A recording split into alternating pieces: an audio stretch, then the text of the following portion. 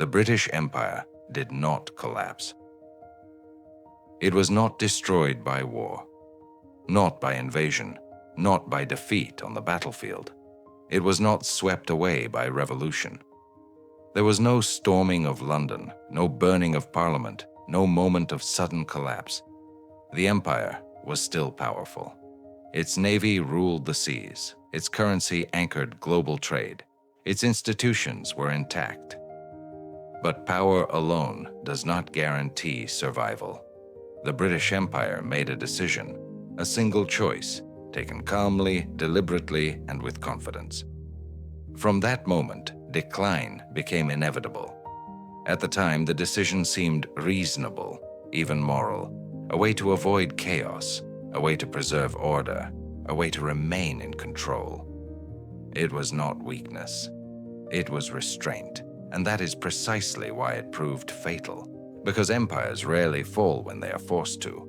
They fall when they choose comfort over structure, stability over adaptation, continuity over reform. This is the story of how the British Empire chose decline, without ever realizing it had made that choice.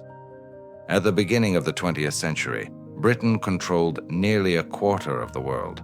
Not just land, but oceans, trade routes, financial systems, information itself.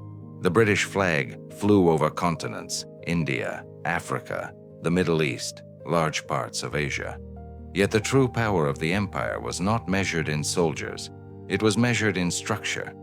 Britain did not rule by chaos.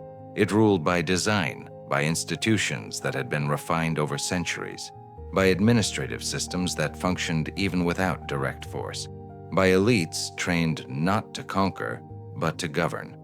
British law extended far beyond the island itself. Courts, contracts, property rights, rules that local populations learned to follow, and, over time, to accept.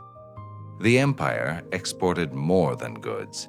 It exported order, a shared language of power, a predictable framework for trade, a system where decisions flowed from the center, even when the center was thousands of miles away. For many, British rule did not feel like occupation. It felt like participation in something larger, a system that promised stability, continuity, predictability. And stability is seductive. That is why, at the dawn of the 20th century, the British Empire was not seen as merely powerful. It was seen as permanent, not an empire among others, but a structure woven into the fabric of the world itself, an empire that seemed inevitable. After the First World War, the world had changed. Empires were no longer seen as inevitable. The idea of self-determination became a new moral currency. Britain chose to change with that world. In London, direct rule began to feel outdated, too expensive, too unstable, too dangerous in an age of mass politics. A crucial decision was made. The empire would no longer rule directly. It would let go. Not all at once, not abruptly, but gradually. Self-government, autonomy, limited parliaments, a slow transfer of authority to local elites. On paper, it looked wise, like the confidence of a power strong enough to concede. In reality, it marked the beginning of lost control, because empires do not survive on morality, and they do not endure on consent alone. They survive on asymmetry, on unequal power, on a clear understanding of where the center is and who makes the final decisions. When Britain began speaking to its colonies in the language of compromise, it altered the nature of the relationship itself. The center stopped being the source of final authority. It became a participant in negotiation, and in that moment, progress turned into vulnerability. Freedom did not arrive all at once. It arrived in carefully measured doses, controlled. At least that was how it appeared in London. Each colony was granted a little more autonomy, a little more authority, a little more responsibility. But the imperial system was never designed for gradual equality. It was built on distance, on hierarchy, on a clear separation between those who ruled and those who were ruled. As that separation began to fade, the logic of empire started to fail. Local elites, once given power, used it not to strengthen the system, but to prepare for their departure from it. Every concession became a precedent, every compromise an argument for the next demand. Britain still held formal authority, but real influence was slowly slipping away. Decisions were made farther from the center. Loyalty became conditional, power became temporary. The empire continued to exist on maps, but internally it was no longer a single system. It no longer imposed rules, it explained them. And in that moment, the system began to destroy itself. By the middle of the 20th century, Britain was still a great power, but its priorities had changed. The central goal was no longer power. It was stability, avoiding conflict, reducing costs, preserving influence without direct control. The empire increasingly chose balance over force, not pressure, but negotiation. Each decision was framed as rational, a concession today to avoid war tomorrow, a compromise now to preserve dignity.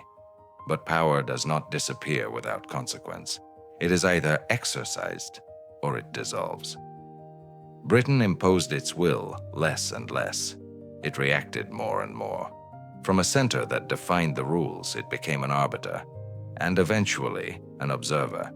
The empire shifted from shaping the future to managing risk, and at that moment, decline became irreversible. Because stability is not a form of power. It is a temporary condition. Empires that choose calm over control cease to be empires long before the world notices. The British Empire never experienced a moment of collapse. There was no final battle, no symbolic ending. It simply began to fade. Colonies became states, flags were lowered, documents were signed. Each step appeared logical, each decision justified. The empire did not abandon power all at once. It released it in fragments, carefully, quietly. On maps, Britain was still present, but in reality, its influence was shrinking faster than most contemporaries could perceive. London no longer set the direction. It merely accepted what had already happened. The most dangerous aspect of this process was its calmness. The absence of catastrophe created an illusion of control. The empire was not losing, it was withdrawing. And that is precisely why the decline met so little resistance. It felt natural, almost inevitable. The British Empire did not leave because it was forced out. It left because it no longer believed it needed to stay. The story of the British Empire is not a story of cruelty, and it is not a story of greed. It is a story of fatigue with power. Power demands decisions, responsibility, a willingness to impose one's will, even when it is uncomfortable. Britain did not lose a battle. It stepped away from a role.